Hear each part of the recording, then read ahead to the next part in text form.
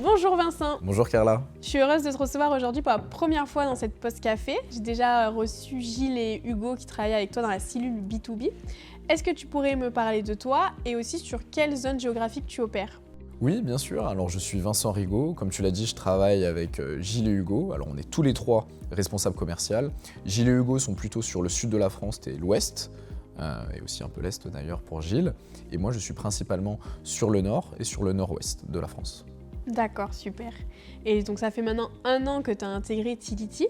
Est-ce que tu pourrais me parler de ton année ? Quels ont été les moments forts ? Qu'est-ce qui t'a marqué ? Bien sûr. Alors c'était une superbe année. Et en 2025, on est arrivé dans une équipe jeune, B2B. Alors Gilles était historiquement là depuis déjà 3-4 ans. Il avait posé les bases, mais c'est vrai que l'arrivée d'Hugo et moi-même ont permis justement de consolider cette cellule et aussi d'acquérir sur le plan géographique déjà une présence un peu plus digitale, puisque bien évidemment on a cette partie digitale qui facilite un petit peu la vie du client, de la gestion de vie du contrat jusqu'à la restitution, en passant bien évidemment par la signature de celui-ci.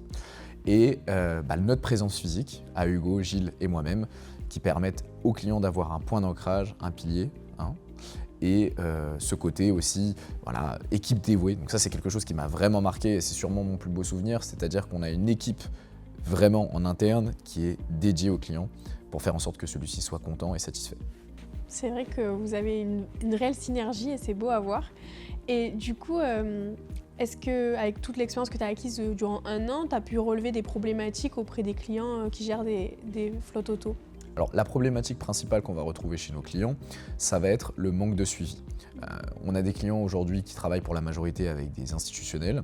Donc les institutionnels, c'est vrai que parfois ne mettent pas le suivi au cœur un petit peu de leur process, ce qui n'est pas le cas pour nous. Et c'est aussi une volonté un petit peu du Crédit Mutuel qui nous permet d'avoir une assise financière, mais aussi qui met un point vraiment central là-dessus, c'est-à-dire de donner du suivi et de la réactivité à nos clients. Sans ce suivi, le client, il va se retrouver un petit peu perdu, par exemple, sur tout ce qui va être fiscalité. Aujourd'hui, c'est un sujet qui évolue. En 2025, on a eu l'éco-score, on a eu diverses choses, et il faut vraiment les accompagner au mieux, et surtout être réactif sur tout ce qui va être urgence, avenant, etc. Donc, c'est là où Tility se démarque, et on fait en sorte d'être les mieux positionnés pour le client sur ces sujets. Et tous ensemble, qu'est-ce que vous avez mis en place pour accompagner les professionnels dans cette démarche ? Alors, on a mis en place plusieurs choses. Déjà, on les a écoutés, on a bien évidemment recueilli un petit peu leurs besoins, même si on avait une vision un peu claire du marché, mais c'est vrai que c'était important de réécouter tout ça. Et on les a accompagnés de la manière suivante, c'est-à-dire qu'on a mis en place une approche disruptive et aussi une présence dite digitale, c'est-à-dire que le client, de la signature jusqu'à la restitution du contrat, en passant par la gestion de vie du contrat, il peut tout gérer digitalement. Ça lui permet de s'alléger administrativement. Donc ça, c'est quand même quelque chose qui est important pour lui. Et il a cette présence et ce point d'ancrage en physique. Donc on parlait tout à l'heure de la répartition un petit peu des zones.